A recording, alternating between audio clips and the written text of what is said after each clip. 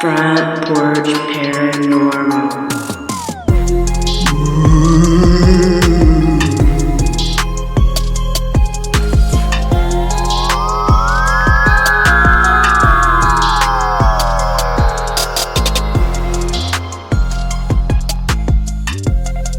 And welcome back to a new episode of Front Porch Paranormal. I'm your host, Dave Caudell, and with me is my co-host with the most, the beautiful, the lovely Shannon Caudell. Well, she just kind of looked at me like, "Where are you going with this?" I have Why? Why are we doing this, Shannon? How have you been? Like, I haven't seen you in forever. So what's going on? How's things going? Things are going great. We went to Pride this weekend. Yeah, so we had a good time with our friends Marcus and Andrew. Yeah, we were. I was able to go to my very first Pride event, which is amazing. I had such a fun time. Yeah, the vendors there at Southern Indiana Pride, it was great. Like, the whole event was just awesome. Everybody was lovely, and yeah, it was just a great time. Yes, we even got a bandana for our dog. Yes, we even have a little rainbow bandana for our dog Tolkien. Aw, and not, you know what? We might actually, put some pictures up of Tolkien up on the up on our social media pages. I think that would be awesome. You could do that. Yeah. So, anything else been going on? Just doing the daily grind every day. How about you? Well, I have not been doing the daily grind. I'm now in my rotting phase of the summer.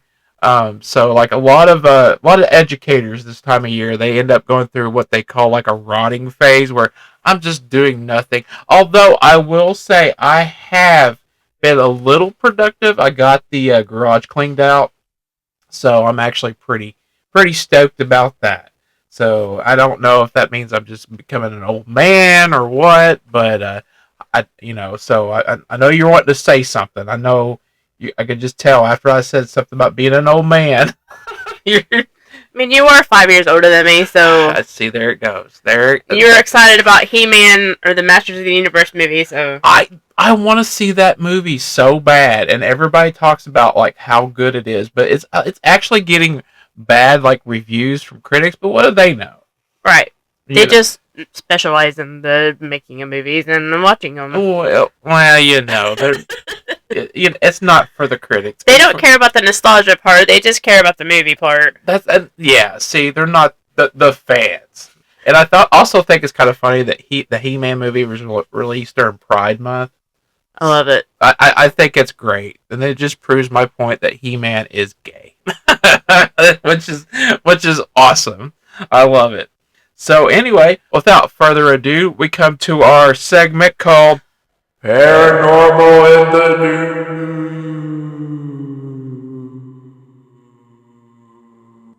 Story comes from our old buddies at Coast2Coast AM, and I am an avid Coast2Coast listener. I have been for years.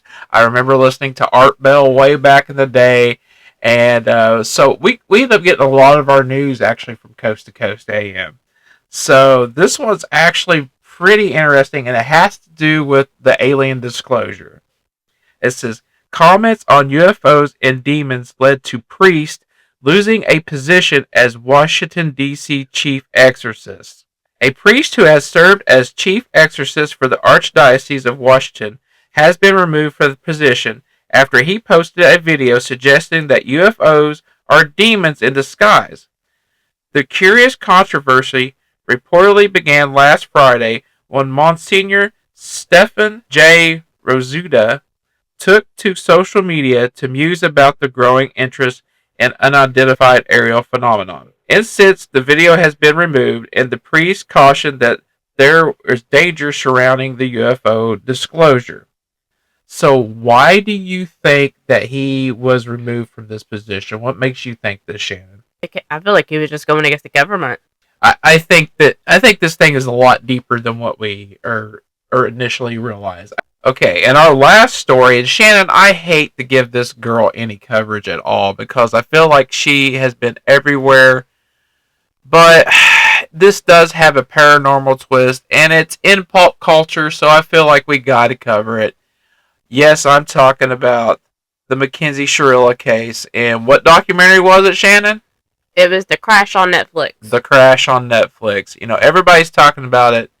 If you don't know what it's about, then I'm just going to give you a real quick run around. It's basically this entitled little girl basically kills her boyfriend and one of his best friends and just like a rage. Basically, she just like slams the car to a brick wall, kills him and his friend, and she's just an ugly person. Yes. So, but there is a paranormal twist. When the police were arresting Mackenzie Shirilla for the murder of her boyfriend and his friend, their body cam footage picked up an EVP. And I'm going to play that, and I want you to tell me what you hear.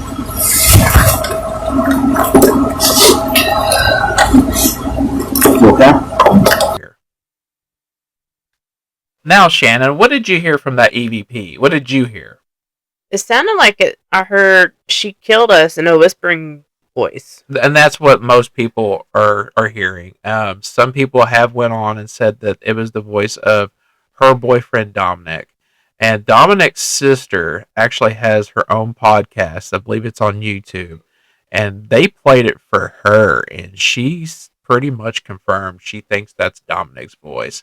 So, but there's other people claiming that it could have just been like an audio filter or something like that. So I don't know. It could possibly, stranger things have happened. Yeah, I don't see how that could be just like some type of motion or anything like that. That was words. Oh, absolutely. And if I'm thinking right, the cop even reacted to it. It was like, what did you say? And she hadn't said anything. So, I mean, who knows? I mean, that could be, that's a mystery. Definitely another mystery to this case. Like, this case is full of mysteries, let me tell you. And for our next segment on the show is a little ditty that we like to call Creature Feature with Shannon. Thank you, David. Now, the story I have for you today does not occur at Public Creek. This is a story involving the Goat Man nonetheless. Oh, so it's an encounter with the Goat Man. It's an encounter with the Goat Man. And is from a different location, so maybe he travels. Oh, so he This is from Saul Pinkman, 69. 69. On Reddit. And it says, this will sound like a lie, but I promise to you it's not. Dear Pit House. When I was about 14 years old, an old friend of mine and I were celebrating the 4th of July at my house in Olive Hill, Kentucky. At around 10 p.m., maybe 11. It was a fresh coat of darkness with the cheap fireworks we were excited to shoot off. A few fireworks in, we went to shoot another and realized this one was a dud, and naturally we needed to replace it with another. Grabbed another fuse to light, we walked toward the place we had been sitting the fireworks safely to shoot without starting a fire. We were stunned to see a human-like goat crouching, looking directly at us. He didn't move a muscle. I couldn't see that he was breathing, but he may have been.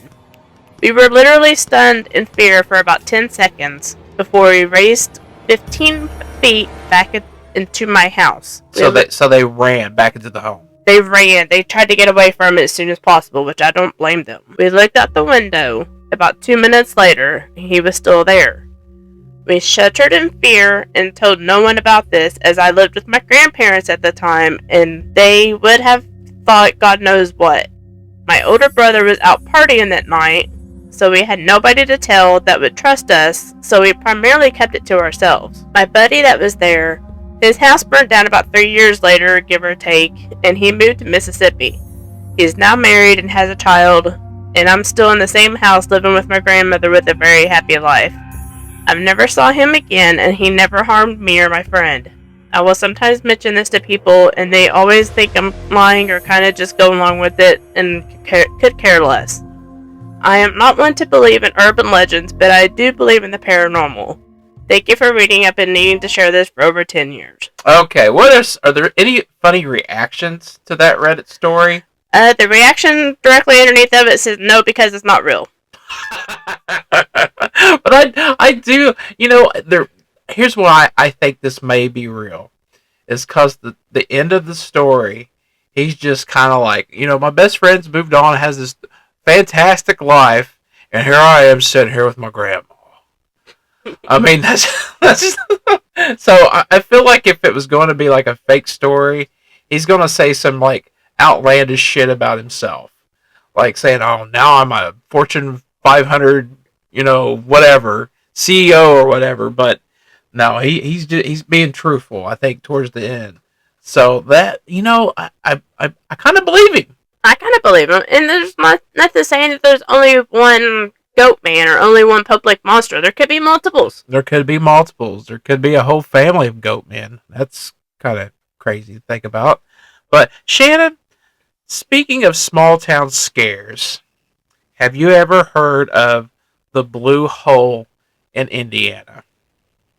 No, I've heard of the Blue People of Kentucky.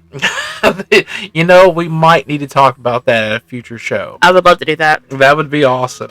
But the Blue Hole in Indiana is located in Prairieton, Indiana, and is currently on private property. It is a lake that is said to contain dark emerald blue water.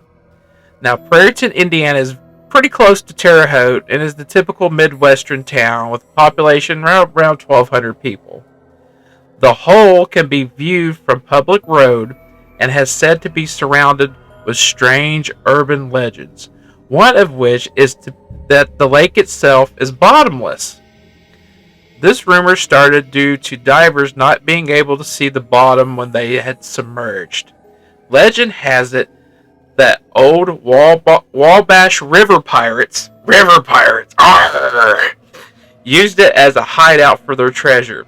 It has been said many people have drowned trying to find treasure at the bottom of the lake. So there's people out there actually going to this lake, maybe sneaking onto private property and pretty much drowning. So it sounds to me like the only treasure they're going to find is bones. Is death. Some also claim that mobsters used the area to hide bodies during Prohibition. Now, that one I do believe. The spirits of these folks supposedly haunt the area, and many paranormal investigators have picked up EVPs. Some others believe that the lake is home to a creature similar to the Loch Ness Monster. Now, I don't believe that one. I'm not saying that it can't happen. When I think lake monsters, I picture like a huge like body of water. Right. Something that the creature could hide. Even a bottomless like lake, I feel like, there would be more sightings. Like if there was a lake monster there.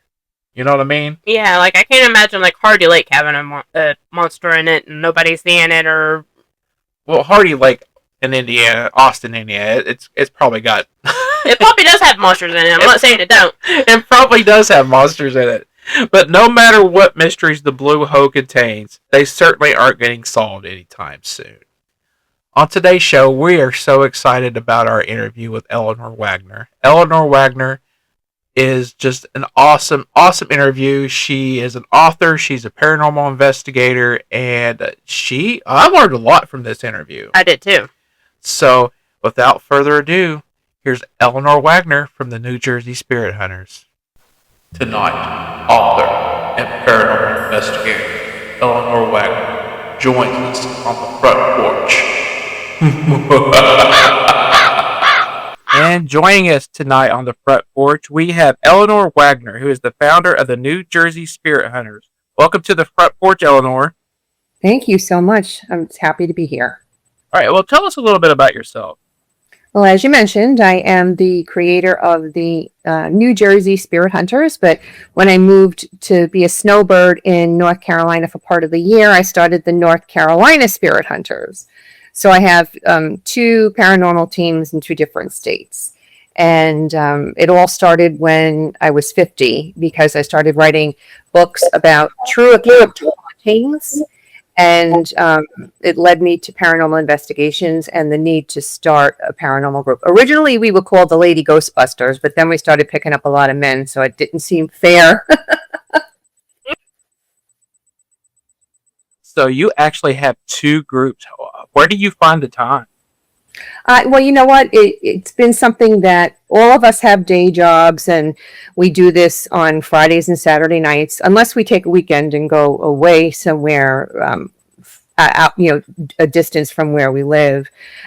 So primarily, we do it during the evenings on Friday and Saturday nights. But now that I'm semi-retired, I have a lot more time on my hand, and some of the older members of the group too. So it makes it a little easier. But when you're passionate about something, you make the time, especially since I started writing books about the true account hauntings. You really want to keep up on those stories. So having paranormal investigations at the locations always helps to enhance the stories that other people share with you. Absolutely. What got you interested in the paranormal? Well, when I was about 4 or 5 years old, I lived in a house that was haunted, and I could see the silhouette, the black shadowed figure of a male. And I guess I didn't realize it at the time because I was terrified. I was a young kid. My mom would tell me, "Oh, it was a dream." They really didn't know much about the paranormal at all back then. And so it wasn't until I was older that I realized the spirit knew I could see him and was trying to get my attention. And I wished that I could go back to that building and tell him at that point, "I'm sorry, I didn't mean to ignore you. I didn't know that you were just trying to get my attention." But I actually gave him a name, and it was Uncle Paul. And I'm not even sure if he was my Uncle Paul who had passed away before I was born or not, but that's how I referred to this spirit. And as I got older, I guess I became more enhanced, and I started to be able to see full-bodied apparitions as opposed to a dark figure. So that's where my paranormal interest began. And I was an avid reader, and so I would go to the library and get whatever I could on the paranormal, even if it was a fictional story. So that got me into the reading thing. And then when I was in school, the teacher gave us an assignment to write something. And of course, I wrote about ghosts and goblins in 7th grade. And that's how I started writing. And somehow I figured there must be a reason why I can see the paranormal, and can I join it with my writing? And that didn't come until way later, but I always wrote short stories that had that paranormal edge or that horror edge, because I grew up with Stephen King and John Saul and Dean Koontz. Those were my inspirations. So that's where my joy in writing was.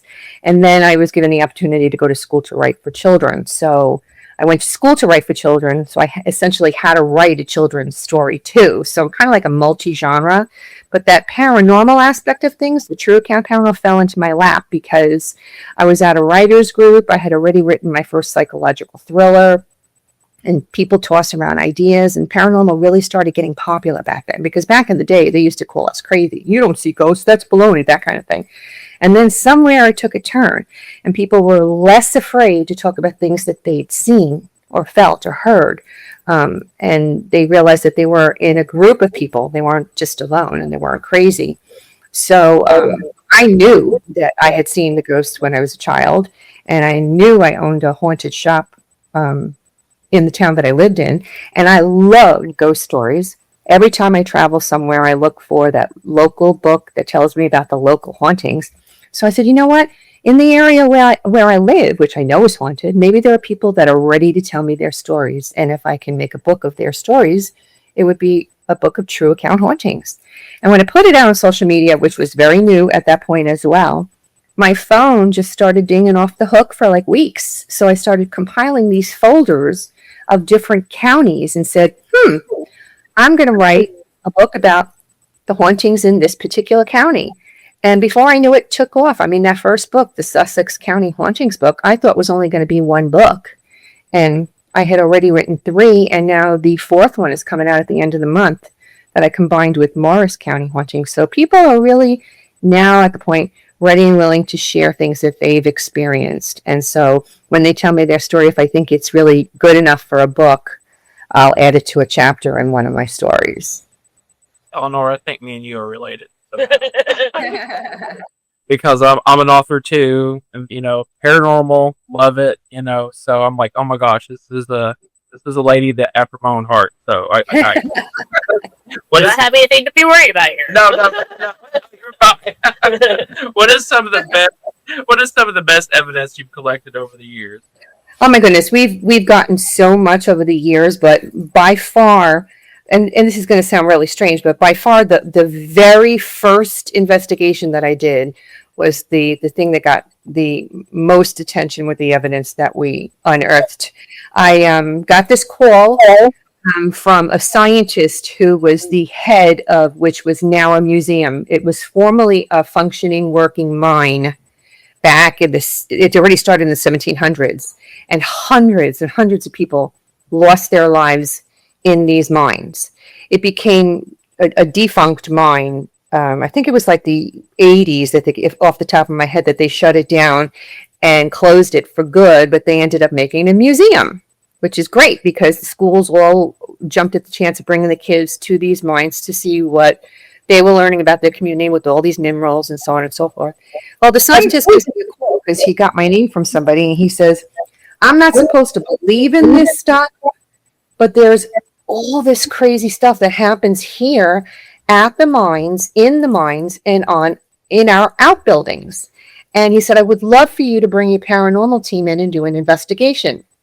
Now, you know, straight up that I was not going to turn that down.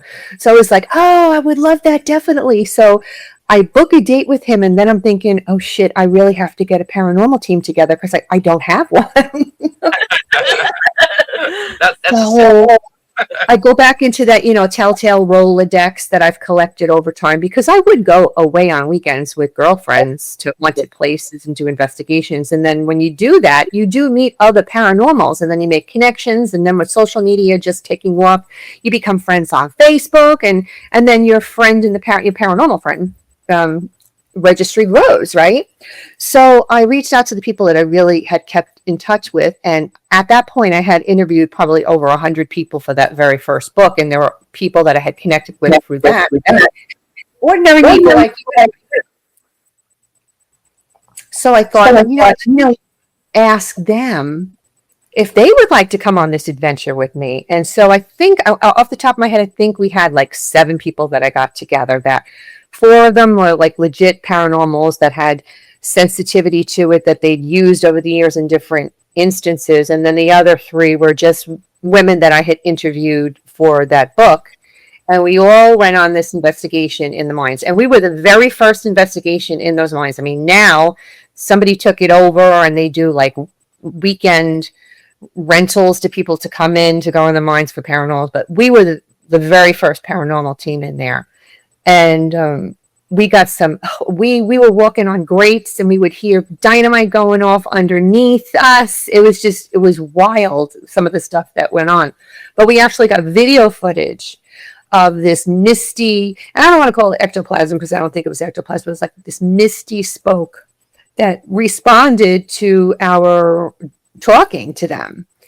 And not getting the video, then you get audio, and then you get pictures. So all of that combined, it's something.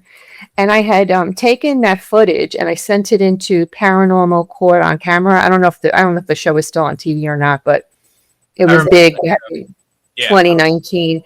I sent the footage in to them, and they liked it so much they did a feature of us on their show, which was kind of cool.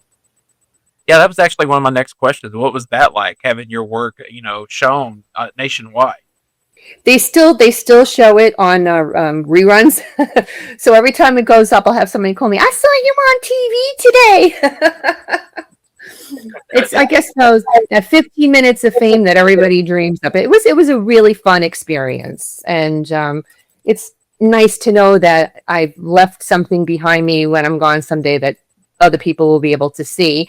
And it will also draw the attention to the mines, because it really is a great place to visit.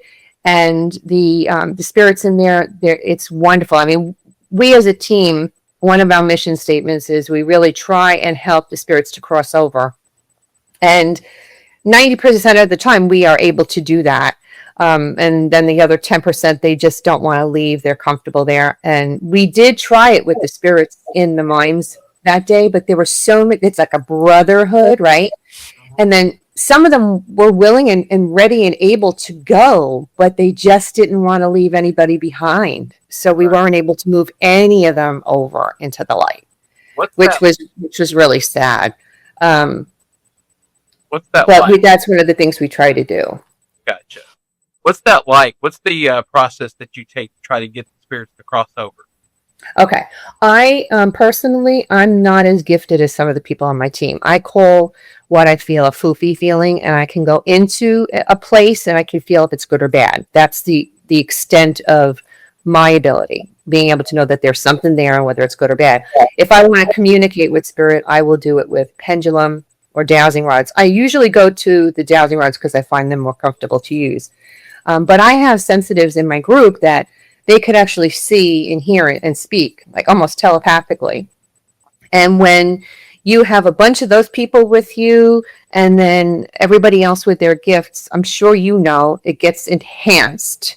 The energy is stronger and you're more likely to have things happen when there's more of you there than just one or two of you.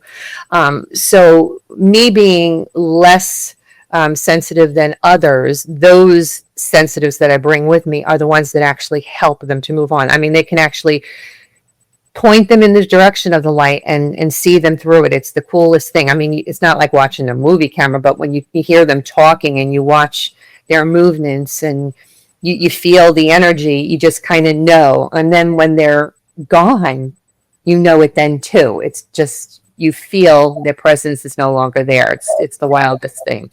But to be able to help them onto the other side is really a great thing. I mean, I know when they say they don't want to go, we try and make the people that reside in that building or that home be able to coexist with spirit at that point, because a lot of the time spirit, especially like if they're angry, upset, it's because they don't realize why these people are in their space, because it's their space. You know, that's as they know it.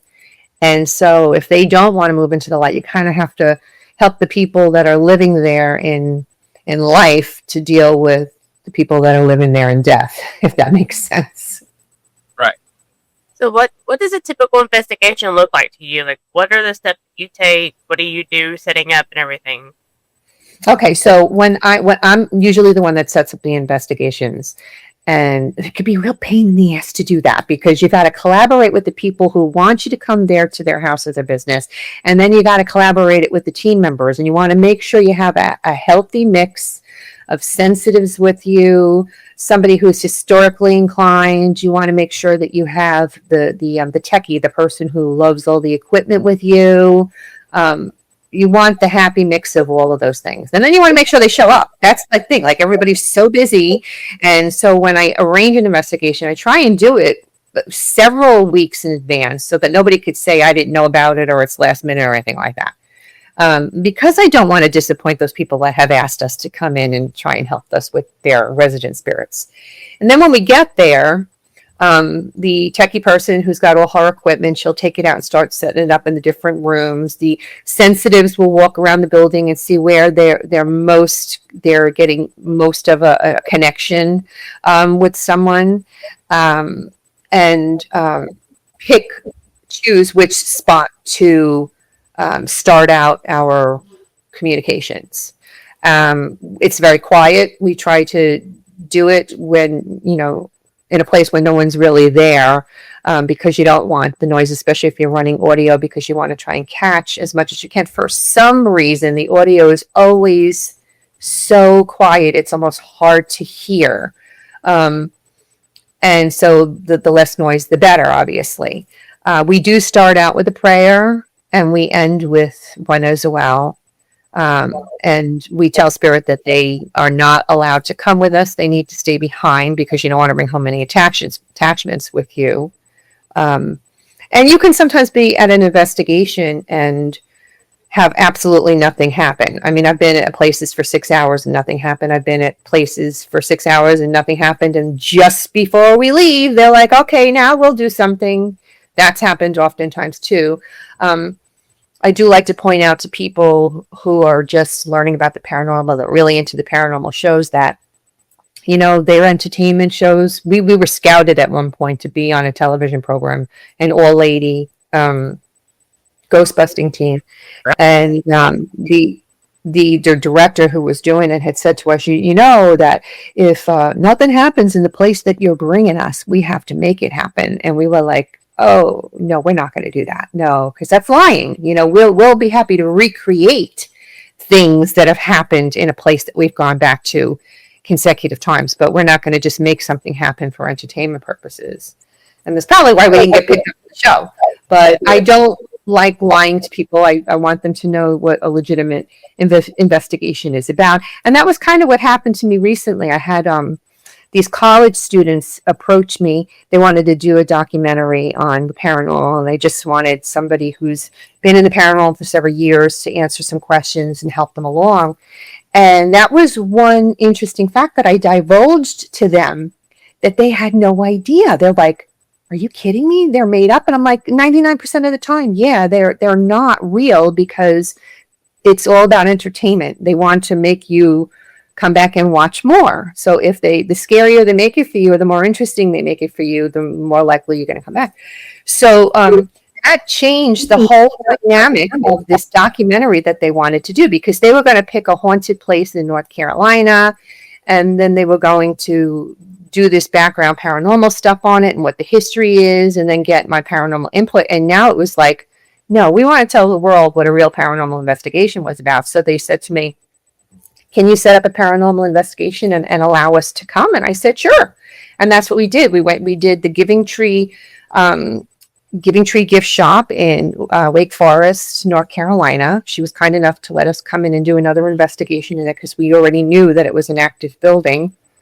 And these 3 college students came in with all of their equipment, and I came in with my team members, and it was a really eventful night. I mean, the owner of the shop, she prepared the spirits, letting them know we were coming in there to tell their story. And we had some really good activity that night. So I was glad, because now the documentary was letting people, this is what it's about. You can be here for hours and have nothing happen. You can have stuff happen. That's just the way it is. And, it's also about camaraderie and getting to know your people. And if you look at it that way, and if you're lucky enough to connect with spirit, then that's great, That's awesome. I'm glad you have that integrity too, because money talks.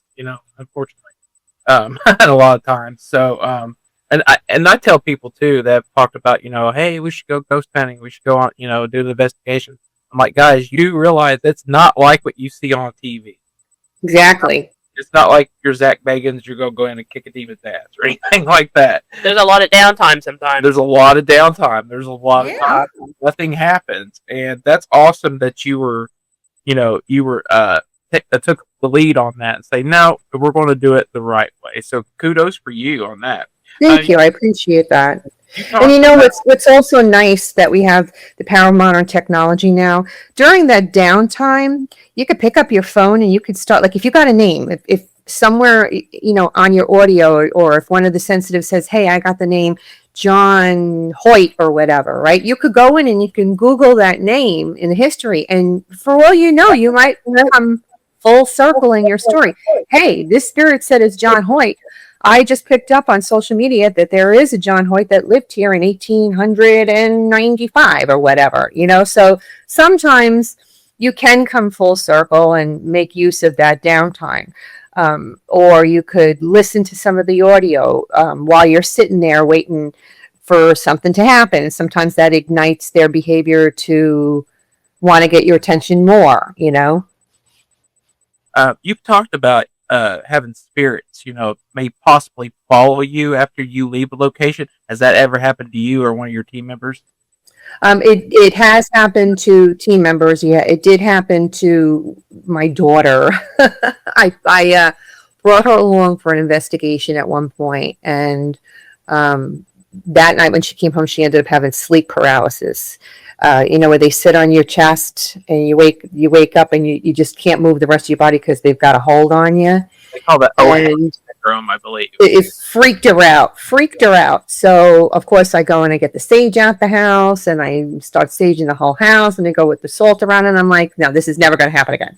So from that point on, I just made sure I was prepared with the oils and the protective stones and making sure to tell them they're not allowed to come home. And that was earlier on. That was when I was still learning. You know what I mean? Now I'm well prepared. But my poor kid doesn't want to come on any investigations anymore. Yeah. And she's almost 30. She's like, nope, I'm done. So, you've kind of talked about this with our conversation. Without outing any clients, can you talk about some of your most memorable investigations? Well, I already told you about the Sterling Hill Mine in Ogdensburg, New Jersey. And I've already mentioned to you the Giving Tree gift shop, which is in this documentary that's coming out. But we now here in North Carolina, we've done so many investigations in Wake Forest. Now, like, I noticed this huge difference between New Jersey and North Carolina people. In New Jersey, they're all gung ho. They are not afraid to have you come in or anything. But down here, they're really like religious. A lot of people, and I'm a strong Christian woman. Okay, I believe. And I know that this is a gift for me. I'm not afraid to talk about it, but it's like taboo to some people. So for you, you have to just hit the right person at the right time. And I don't know, I must have been at the right time in the right place in Wake Forest, North Carolina. And they took hold and they were like, oh, you got to come into my shop and do an investigation. So we've been through the cemetery over there. We were at the coffee shop in Wake Forest. We were at the Suds gift shop across the street. We were at the bar down the block. Actually, team members of mine, they own Tonic Bar, which we haven't investigated yet, but they said it's haunted. So all of Wake Forest was very welcoming. And then I did a presentation in the library at the Oxford Library in Oxford, North Carolina, and that, paranormal investigation just lit up a whole other avenue. Oh, come on, we have this haunted bookshop. Would you come do an investigation? So that started over there. It's just kind of like who you hit with. So here down in North Carolina, it's been all businesses that have gotten me in there. Whereas in New Jersey, I had a lot of people in private residences that would call and say, we've got something going on in our house. And I remember there was this one in New Jersey that, I had spoken to the people that lived in that house for 30 years. And this is a really cool story. They, how that story unfolded was, believe it or not, I was getting a pedicure. And the girl who was giving me the pedicure hears me talking to my daughter about my most recent investigation. And she looks up at me and she goes, oh my God, that's you? You wrote that book? And I'm like, yeah. She goes, do I have a story for you? So she proceeds to tell me about this house that she and her boyfriend had rented when they lived in it. It was haunted, and it was angry, mean haunted. And she starts to tell me all this stuff. I'm like, oh my God, this is a great story. If I could just get more on this house, that would be awesome. So she gives me all the information and everything. And I go to my social media network and I start putting it out there, asking people. And I have another person reach out to me, this guy. And it turns out he was living in there with his girlfriend and her 2 kids that they rented it out. And the shit hit the fan. I was like, whoa, I'm on to something here. So now I've got 2 families that were living in this house and they had stuff happening to them. I'm like, all right, I got to see what else I can find out about this. So I find out that the couple that bought the house that was renting it out, they were living in it first. And they got too scared to live in it. So they went and lived somewhere else and started renting out the house. But wasn't telling anybody that it was haunted before they rented it out. So they had this constant turnover of people going in this house. So I'm going like, what's going on over here? So I finally get a message from the people that owned the house for 30 years. And they're telling me, the spirit in there is so good and so loving. And all of the spirits were never harmful to us in any way. So well, they ain't happy now. They were like, well, they felt like, because they had raised their whole family there. All their kids grew up in that house. So they lived in there for like 30 some odd years.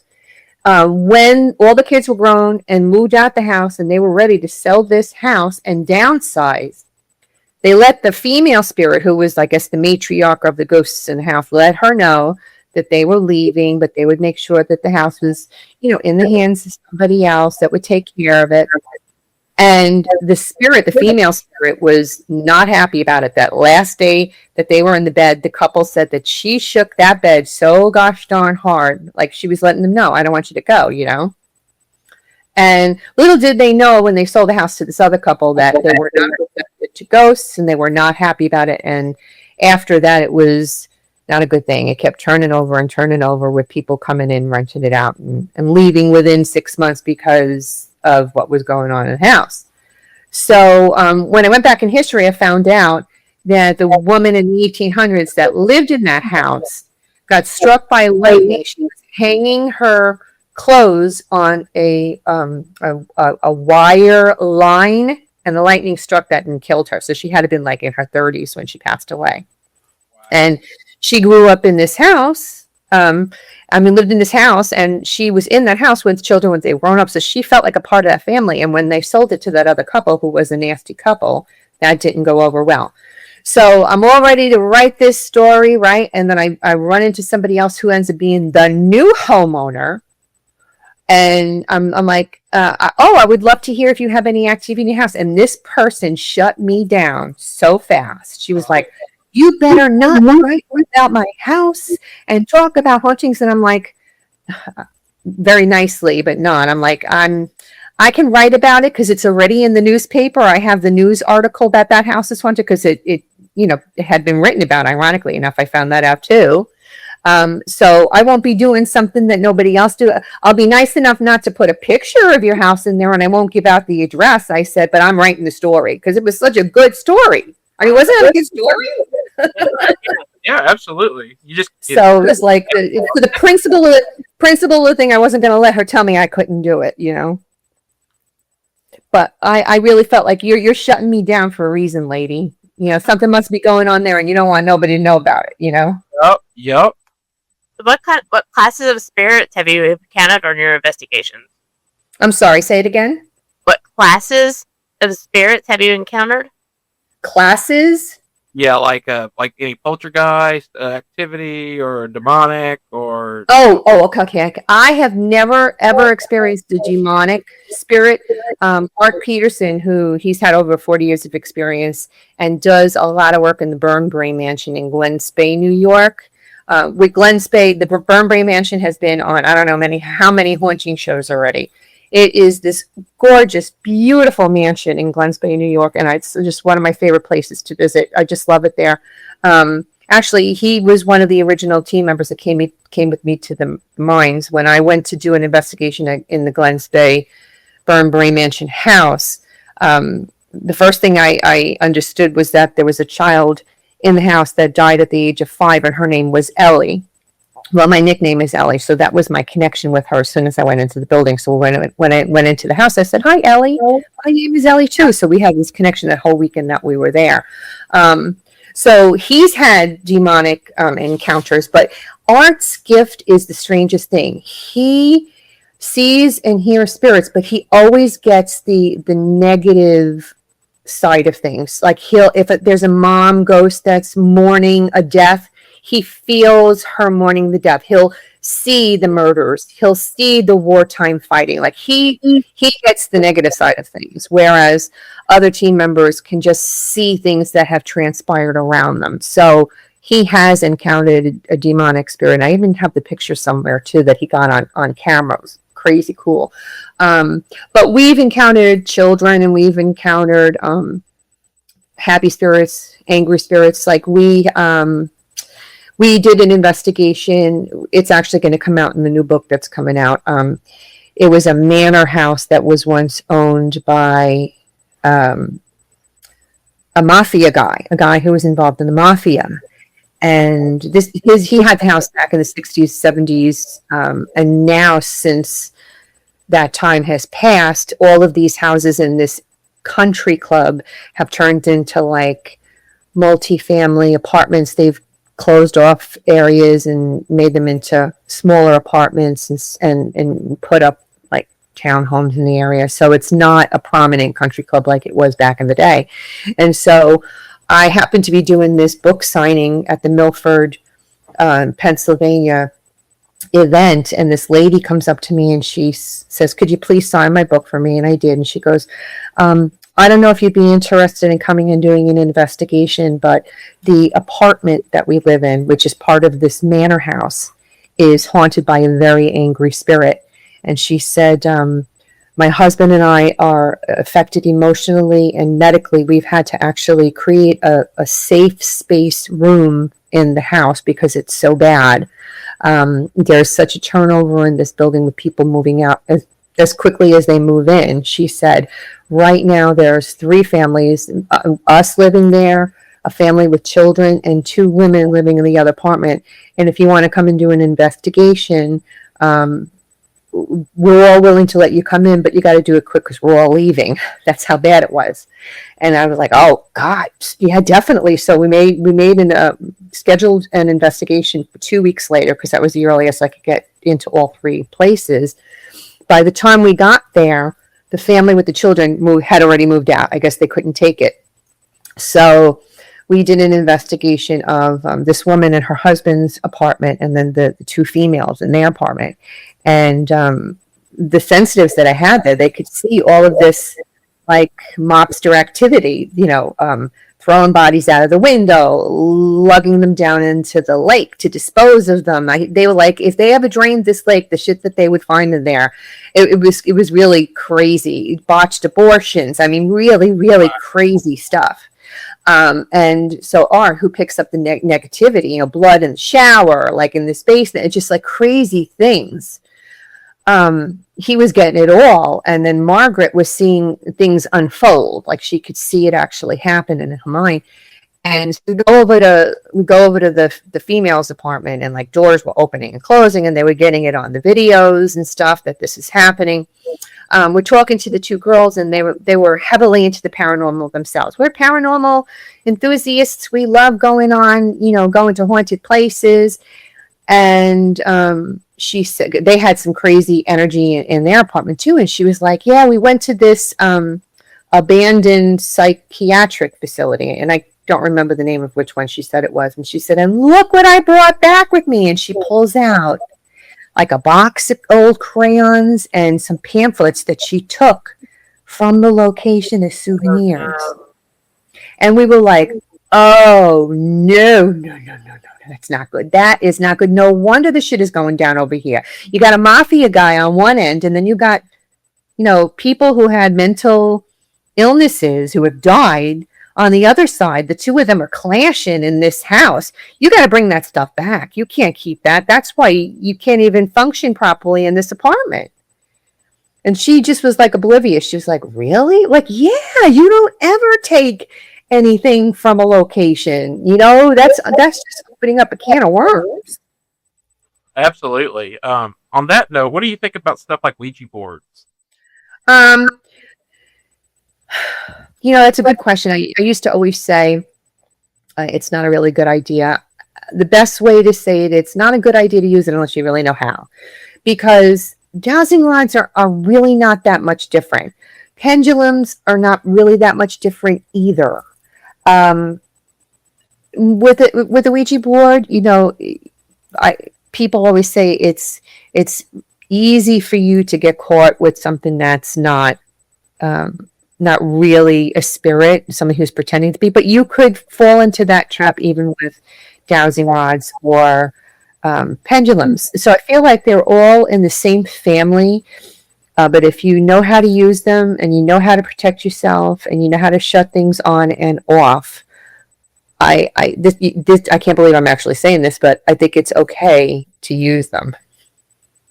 I think that's the first time I've ever said that. You just have to be intelligent, know what you're doing, basically. Yeah. Don't go in and just not know what you're doing. Like you hear kids at parties pull out the Ouija board because you don't know what you're doing. You don't know what you're doing. You don't know what you're bringing upon yourself. So if you have already learned everything there is to know to protect yourself and turn things on and off, then I think it's okay. Have you ever encountered a spirit of an animal or a pet? Sure. And I've had a lot of people who have reached out to me with their stories about their experiences with animals. I had this one woman, I was at a book signing again. This little old lady comes up to me and she goes, I have to show you this video. She said, my husband passed away. Well, this is not an actual ghost. This is a story involving an animal. So I'll tell you that first. Okay. So she says, my husband passed away 6 months ago. We have a cat, and she was his baby. And this cat sees my dead husband. And she says, and I'm convinced of it because she acts the way she did when he was alive, when he would play with her. And she says, my family thinks I'm nuts. So she took this video of this cat interacting with the air, playing with the air. And I will swear that this cat is playing with her dead husband. So I believe her. But I've had people who have taken photographs of their deceased pets that they've seen after the fact, whether it was laying on their bed or if it was laying in their dog bed, that sort of thing. We did an investigation several years ago. We were called into this private residence, not an old home, but the property was old, right? So there was a farmhouse that was on that property at one point that had slaves. So you're going back time, but now since that house is gone and they've built a neighborhood on top of it, kind of like a poltergeist kind of thing, not building them on the cemetery, but building on the old land that's old. And this woman says her granddaughter sees this little black boy in her bedroom, and he's always asking to play with her. So she wants us to come in and see what we can unearth. And when we went in, we did find out it was a little boy who was a slave at the time, and he died on the property, and he was still there, and he wanted to play with the little girl.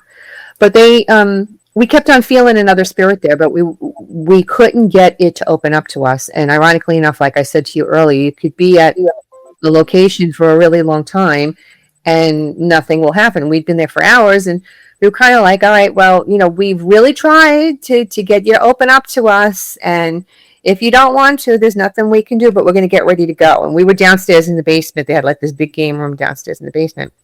And one of the girls found the American flag laying on the floor, and she immediately went and picked it up and said, hey, can you help me fold this? That's so disrespectful. You can't have the American flag lying on the floor like that. It needs respect. So we carefully folded this American flag and put it, on the side table. And the next thing I know, we start getting all this activity from the spirit.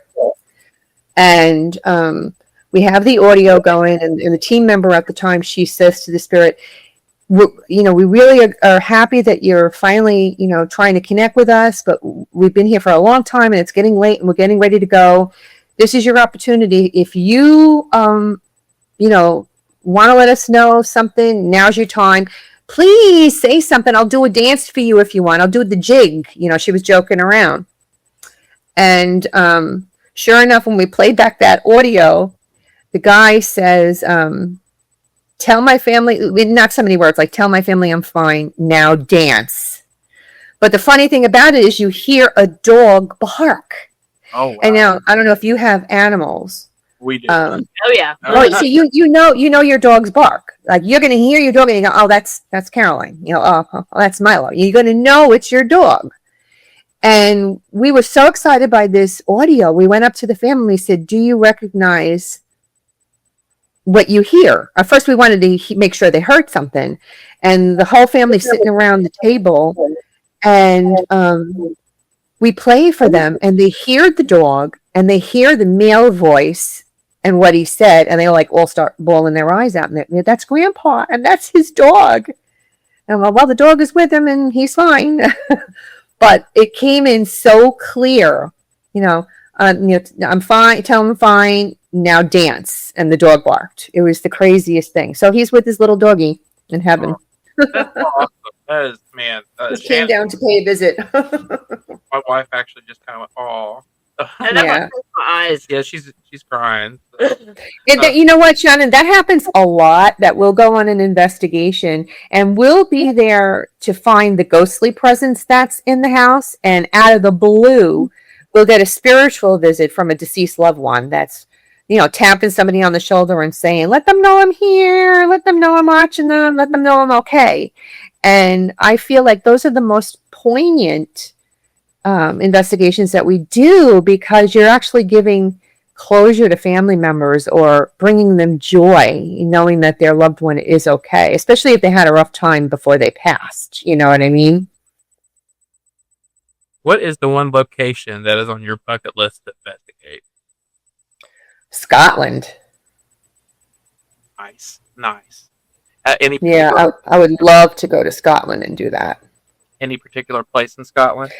No, I hear the whole place is overflowing. So We actually have a castle somewhere. Just I would love to do that. we actually have a friend that lives in Scotland, so he's going to be our tour guide when we. Ooh, you lucky! It'll be a while, but we're definitely making plans. It's on your bucket list. Absolutely. Before we go, Eleanor, we know you've wrote several books. Do you have anything you want to plug? Anything? Any projects? Anything at all? Well, thank you. I appreciate that. Well, my new hauntings book is going to be out at the end of the month. It's called Morris and Sussex County Hauntings and Other Strange Phenomena. And you will be able to get it on Amazon and Audible.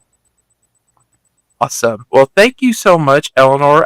Thank you for joining us here on the Front Porch. And we would love to have you back for possibly like a paranormal roundtable. I would love that. I love roundtables and talking to other paranormals. Count me in. Absolutely. We feel like we made a friend here on the Front Porch, and you're welcome back here anytime. Thank you. I appreciate that. You guys enjoy the rest of your Sunday. You too. Thank you so much. Bye-bye. Bye-bye. And what an awesome interview from Eleanor Wagner. I cannot wait to have her back on the show for a paranormal roundtable. And I also want to thank everybody for all the support that we got last week with our very first show. And thank you for everybody that visited frontporchparanormal.com and purchased a t-shirt or purchased a hat. Your support means the world to us. And also we have a Patreon, and the top tier is only $3 a month. And that really does a lot to help us out. It helps us buy better equipment. Shannon, did you have a good time? I did. Did you? I had an excellent time. I always have an excellent time with you. Same here. Oh, I think we should get married or something. Are you proposing to me? I might be. We'll have to tune in next week to see if she says yes or no, folks. All right, folks. You keep it spooky. Stay safe.